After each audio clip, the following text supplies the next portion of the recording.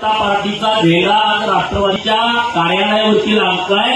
मी तुम्हाला विश्वासानं सांगतो, हाच भारतीय जनता पार्टीचा झेंडा येत्या काही काळामध्ये राष्ट्रवादी काँग्रेसच्या प्रदेशाध्यक्ष जयंत पाटलांच्या घरावरती दिसेल।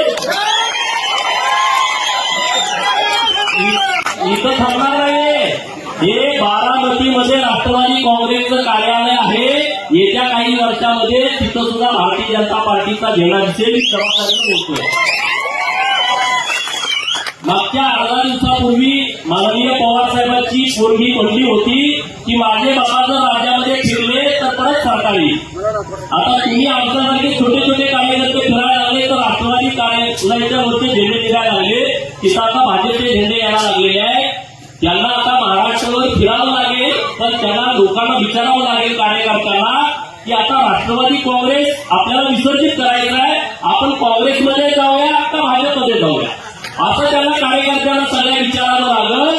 आणि त्यातले 90% कार्यकर्ते म्हणतील की आता आपल्याला भाजपामध्ये जावं लागेल आणि मग मुंबईचं जे प्रदेश कार्यालय आहे तिथं नेमका झेंडा कुणाचा लागावा असा त्यांच्यात एक वाद तयार होईल। त्यामध्ये बहुमताने लोक म्हणतील की आता भाजपमध्ये जाऊया, आता काय पुढं काय राहिलेलं नाही। ही परिस्थिती येणार आहे येत्या 2-3 वर्षानंतर। परत मी ते ज्यावेळेला या स्टेजवरती आलोय, मी परत येईल तेव्हा तुम्ही मला सांगा 2-3-4 वर्षानंतरची ही राज्याची परिस्थिती असणार आहे।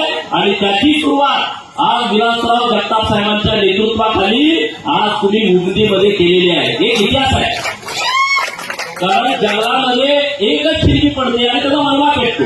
आज विचाराची फिरकी उंदीमध्ये पडलेली आहे आणि राष्ट्रवादी काँग्रेस हा विचार नाही मित्रांनो, कुठल्या तरी विचारावरती आपण एकत्र येतो। भारतीय जनता पार्टीचा विचार काय? राष्ट्रवाद, राष्ट्र सर्वप्रथम, दुसऱ्यांदा पार्टी आणि तिसऱ्यांदा मी। हा भारतीय जनता पार्टीचा विचार आहे की आम्ही जन्मलो तर आम्ही राष्ट्रासाठी काम करणार।